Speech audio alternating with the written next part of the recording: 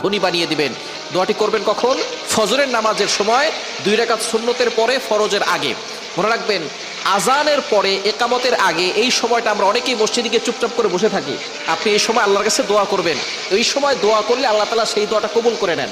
আর দোয়া লা ইউরাদ্দু বাইনাল আযানি ওয়াল ইকামা, তিরমিজি শরীফের হাদিস, আবু দাউদ শরীফের হাদিস।